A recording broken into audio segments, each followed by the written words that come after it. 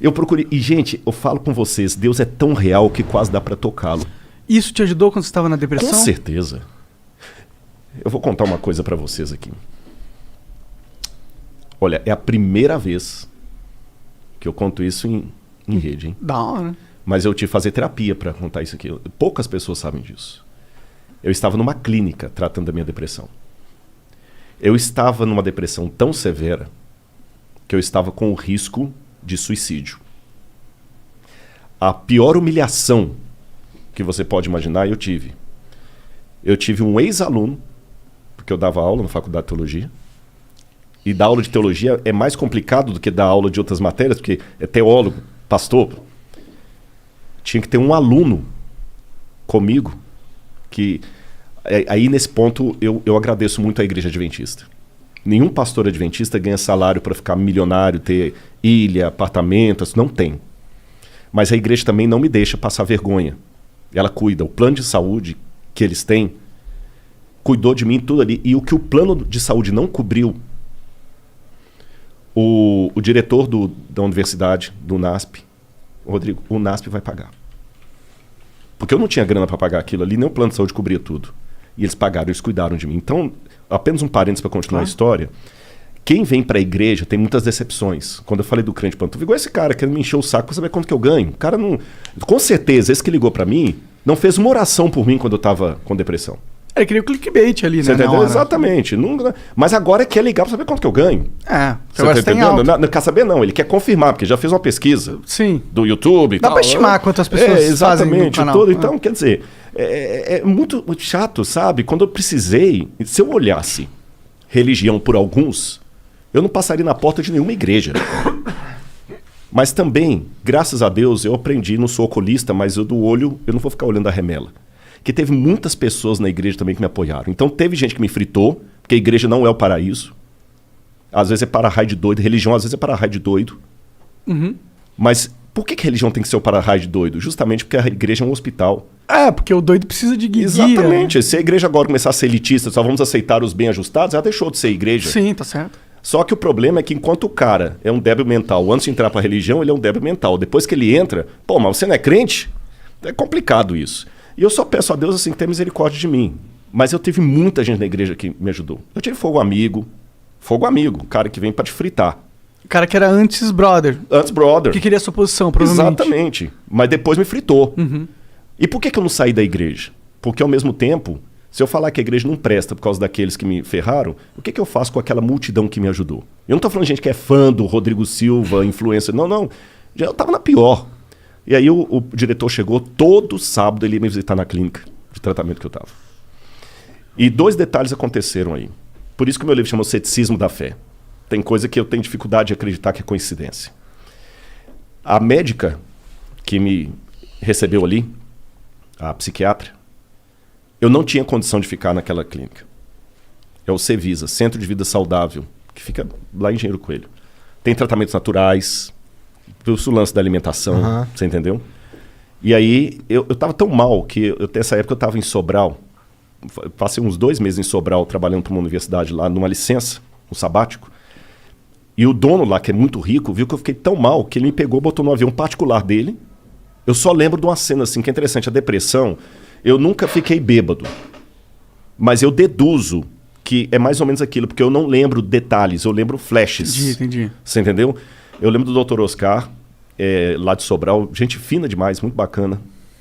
Ele, Rodrigo, você vai para São Paulo, lá para o Cevisa. E eu lembro que ele pegou um dinheiro e botou no meu bolso, e eu lembro do valor, era R$1.000. Eu falei, doutor Oscar, não, põe aqui que você precisar de alguma coisa. Que é assim que eu... E o piloto dele trouxe, e eu já não lembro mais nada. Eu lembro eu no quarto, vários dias no escuro, só fazia xixi, um xixi amarelo, não queria comer nada, muito mal. Muito mal. Você sabe por que você estava mal? Assim? Sim. Foram problemas particulares, pessoais, que me afundaram. Eu já tinha o gatilho. Entendi. Porque todo mundo tem seus traumas desde a infância. Claro. A minha infância foi uma pocilga emocional. Que o lar que eu tive, meu amigo, por favor. Minha mãe dormia com faca debaixo do travesseiro, punhal, falando que ia matar meu pai. Imagina você escutando isso com 6 anos, 7 anos de idade. O meu irmão tem o cóccix quebrado até hoje, violência doméstica. E meu irmão que já morreu, ele vivia falando que ia me matar. Você tá entendendo? Então, quer dizer, eu cresci num... Um ambiente tóxico. Nossa, mãe, toxiquíssimo. Você nem sei se existe essa... Aí, então tudo isso aí já te predispõe. Claro.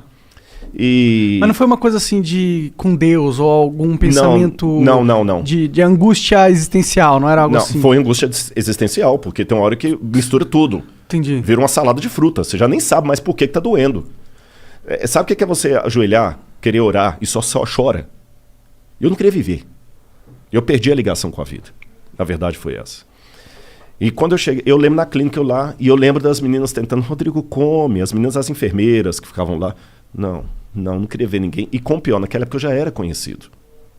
Ah, entendi. Eu já era conhecido. Quando que você ficou conhecido? Porque é o seguinte, eu tenho um programa de TV, a TV Novo Tempo, o programa Evidências. Então o programa Evidências, ele vai ao ar, e muita gente é conhecido, Evidências. Eu tive 3 entrevistas no Jô Soares. Ah, que da hora. E na época que o Jô Soares era... O flow da época era o Jô, não tinha internet. Pô, obrigado. Mas é verdade, não, sem bajulação. Vocês sabem que hoje aqui o próprio Vilela falou, não, os caras do flow, né? Aliás, um abraço pra ele aqui, não sei se ele tá assistindo Vilela. A gente. Mas o que acontece? O Jô me chamou uma vez, eu fui, falei de Bíblia e tal. Ele chamou uma segunda vez, deu 2 blocos, chamou uma terceira e deu 2 blocos. Então eu fiquei muito conhecido. E dava palestra, que é a coisa toda. Então, assim, é pior, cara, porque a sua vida vira um Big Brother. Todo mundo sabe. E foi uma situação muito complicada. Problemas emocionais estouraram e tudo. E eu mal. E o que é pior? Quando você tá mal também, e você é conhecido, começa muita gente a falar abobrinha. Aí muita coisa... Aí cada hora chegava, olha, estão comentando isso a seu respeito, aquilo a seu respeito, aquilo a seu respeito. Cara, tem uma parábola que fala das penas alçadas ao vento, sabe? Que o pai mandou o menino soltar as penas lá, depois falou, agora vai recolher. Não tem como recolher, são como as palavras que as pessoas soltam, né? Então não estou entrando no mérito da questão, porque é uma coisa bem particular o que me levou aquilo ali, mas eu estava mal, e com muito comentário que me arrebentava, e comentário de pares, de gente de igreja. Entenda um pouco como que é. E até vou dizer que bonito isso aqui, olha. Um pouco antes disso, eu tinha sido barrado de dar uma palestra na Unicamp, porque um grupo de professores ateus não queria gente falando lá que tinha ideia criacionista. Absurdo trazer esses caras aqui. O que eu fiz? Eu não fiquei batendo boca com eles. Eu marquei um almoço e fui conversar com 2 lá. Que eram 2 dos cabeças. Um deles até era ex-crente. O outro, que era ateu, que estudou em Tel Aviv, quando falou Tel Aviv, eu fiz arqueologia em Israel, a gente começou a conversar, ficou meu amigo. Continua ateu. Mas depois que ele viu o meu espírito, a minha seriedade acadêmica, mesmo achando um absurdo eu acreditar em Bíblia e tudo mais, teve um outro evento da Unicamp, nessa época que eu estava doente, e veio um ex-professor meu, Joseph Gaffin, que eu para falar lá de arqueologia bíblica. Eu lembro que eu mandei para ele, eu falei assim, olha, vocês não vão barrar, não, Rodrigo, beleza, a gente já sabe agora que a coisa é séria. E ele mandou para mim um e-mail, na época era e-mail, Rodrigo, eu tô sabendo que você tá mal, por isso que você não veio aqui na Unicamp e tudo e tal. Cara, eu não acredito em Deus, não. Mas você acredita. Ele vai te ajudar. Ah, legal. Cara, isso vindo de um ateu. E eu recebi, até mostrei pra minha esposa esses dias, tá no meu coisa aí também, um camarada falou assim, cara, eu sou ateu, mas se Deus existe, ele vai te abençoar. Pô, cara, eu vou te falar, nesse livro meu eu falo o seguinte, o Betinho, lembra o Betinho? O Betinho podia não acreditar em Deus, mas Deus acreditava no Betinho. E eu vou falar uma coisa aqui que vai deixar muita gente oriçada. Eu estou preparado para encontrar vários ateus nos céus e muitos santos, talvez não verei lá. Eu sei que muita gente, como ateu, mas ele não... Eu estou preparado. O céu que eu acredito tem espaço para o ateu, porque, na verdade, só Deus conhece os corações. Eu estou vendo o Igor aqui e estou te vendo. Eu posso fazer um monte de pré-julgamento pela sua roupa, pelo seu cabelo, pelo seu jeito de me olhar e tudo mais e tudo, e tá mais errado, mais por fora do que bumbum de índio. Você pode falar bunda, eu não posso, que fica chato. Aquela história do quadro, né? Aquela história do quadro. Deus conhece os corações. Deus estava comigo ali, mas eu estava anestesiado pela dor. Aí, quando eu cheguei, eu fui saber disso depois, a médica que tinha que assinar para eu ficar lá, chamaram a psiquiatra.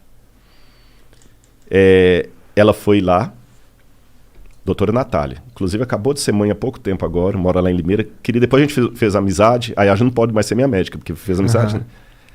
Ela nem me conhecia. Ela não me conhecia. E ela sabia que eu não podia estar lá. O outro médico que estava falou assim, ele não pode ficar aqui não tem condição técnica de recebê-lo, porque se eu me matasse ali dentro, imagina. E ela sentiu uma voz que falou com ela assim, cuida dele. Médica, não estou falando de ninguém provinciano, não. Inteligentíssima. Fez mestrado no Unicamp, muito gênio. Nossa, a Natália tem uma cabeça extraordinária. Eu fui saber disso tudo posterior. Ela mesma, como médica, ela falou assim, mas você vai arriscar o seu CRM se ele ficar aqui, acontecer alguma coisa? Vou. Mas eu senti que é para deixar ele aqui e cuidar dele. Nem ela sabe o que ela fez. Sabe? Ela assinou e eu fiquei lá. Ela responsabilizou. Eu estava lá em tratamento. Mal. Um belo dia eu ia fazer uma besteira. Tu planejou? Planejei. Estou contando isso pela primeira vez aqui. Eu peguei uma corda, botei na mochila, saí do quarto. Lá tem um lago muito bonito. Eu ia fazer uma bobagem. Eu não estava ateu. Não? Não. Mas tem um sentimento pior do que o do ateísmo. O nada? O abandono. Abandono. Sentia que Deus tinha te abandonado? É. Você está entendendo? Porque você descobrir que você é órfão porque sua mãe morreu na gravidez é diferente de descobrir que ela está viva, mas te jogou no lixo e alguém te achou. Sim. Aí é melhor ser ateu. E, aliás, eu dei um estudo bíblico para um ateu que depois deixou de ser ateu e entregou a vida a Cristo, Peter Gasten, que faleceu. Ele que iluminou o Cristo Redentor, as obras do Niemeyer, ele trabalhava com Niemeyer. Entendi. E um dia eu falei com um alemão, leitor de Schopenhauer, o Peter falava comigo assim, eu falei, Peter, eu sei porque você não quer acreditar que Deus existe, porque se ele existe e você não consegue explicar a dor, você tem alguém para odiar, então é melhor acreditar que não tem ninguém lá em cima. Só que para mim tinha, e por alguma maneira ele tinha me abandonado. Nesse dia eu ia acabar com tudo. Quando eu desci lá no lago, eu resolvi despedir da vida. E eu falei com ele muito bravo. Falei, olha, eu sei que eu errei na minha vida, o senhor não é culpado de tudo, mas eu fracassei. O senhor tinha talvez muita coisa para mim, mas desculpa. Eu pisei na bola. Fiz porcaria. Na hora que eu estava assim, chegou uma das enfermeiras, sentou do meu lado. Lembro como se fosse hoje. Oi, amiguinho. Eu lembro até a roupa que ela estava. Ela estava com aquelas calças que vai até o... Eu vou explicar porque que eu lembro da roupa. É que vai até o tornozelo aqui, chinelo de dedo. Tudo bem, amiguinho? Eu falei assim, não, por quê?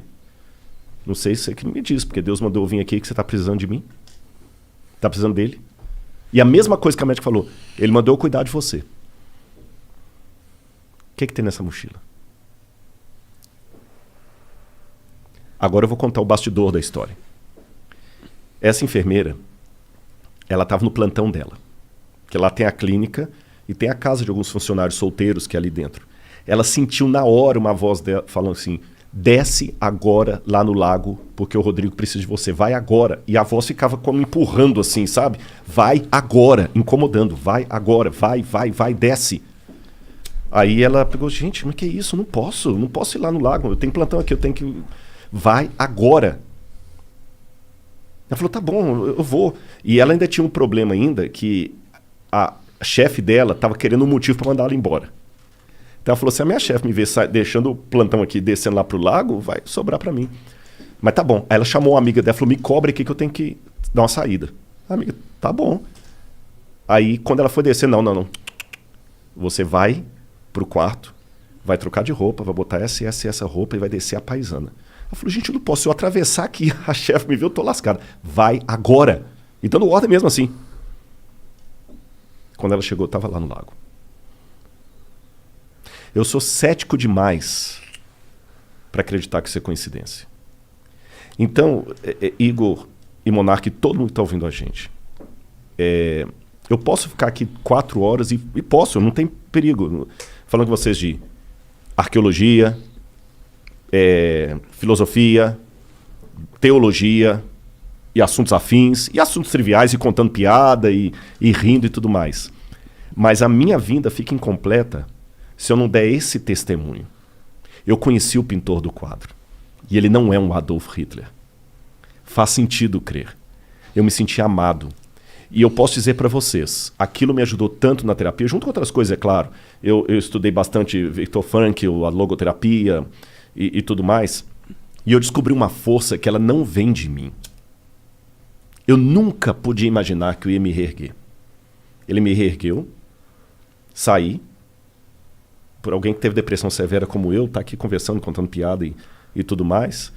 Venci tudo? Não, mas até é bom, porque senão você começa a se sentir... Você não acabou, né? Nunca, exatamente, é muito bom.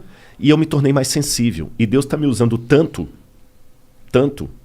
que hoje eu sou um adventista do sétimo dia, falo com muito prazer, né? Mas eu já não limito mais o meu leque de conversas e diálogos dentro do meu... Todo mundo sabe que eu acredito. Mas, ao mesmo tempo, eu estou aqui. Então, eu estar aqui, mediante o que aconteceu lá, é um milagre. Porque aquele Rodrigo nunca podia imaginar que, pouco tempo depois, eu estaria num programa como esse, falando para não sei quantas mil pessoas estão assistindo a gente agora, não tenho nem ideia. Mas eu falo com vocês, Deus é tão real que dá para tocá-lo. Então, se de repente aqui não é nenhum programa da Igreja Deus é Amor, não estou falando nada no rádio, mas permita-me uma coisa que, com muito carinho, eu vou pedir uma licença a vocês. De repente, tem uma galera que pegou a gente agora, está assistindo, são 15 para as 11, de repente a gente está falando agora para um outro Rodrigo, que está com a vida desgraçada. Você está entendendo? Eu não sei. Pode ser. E de repente ele estava com o copo de veneno para tomar e falou assim, deixa eu ouvir isso aqui, para pelo menos desviar um pouquinho. Só esperar um tempo passar aqui. E eu quero dizer para você que está ouvindo aqui agora, tenha esperança. Deus existe. E aqui eu falo como crente, mas falo como acadêmico. E ele não só existe, ele existe e me ama. E é bom. E é bom. E ele dá uma lógica naquilo que do lado de cá não tem lógica. Então eu agradeço demais vocês. Vocês foram muito da hora. De fato mesmo. Passaram a ter um fã agora. Obrigado. Tô falando sério, de coração. Não sou de fazer elogio pro forma, não. Mas porque vocês me abriram esse espaço aqui. E sei lá, o mesmo Deus que mandou cuidarem de mim, hoje me manda cuidar de outros. E ele vai fazer essa mensagem chegar em alguém que vai saber. Um dia vocês vão receber. Não sou profeta, não. Mas pela lógica, pô, cara, obrigado. Aquele dia eu tava desgraçado, eu ia acabar com a minha vida. Nunca pude imaginar que numa entrevista do Flow eu tive um lapso ali. E vai ser o 14º salário de vocês. Ah, com certeza. Não, a gente já... Lembra do lance?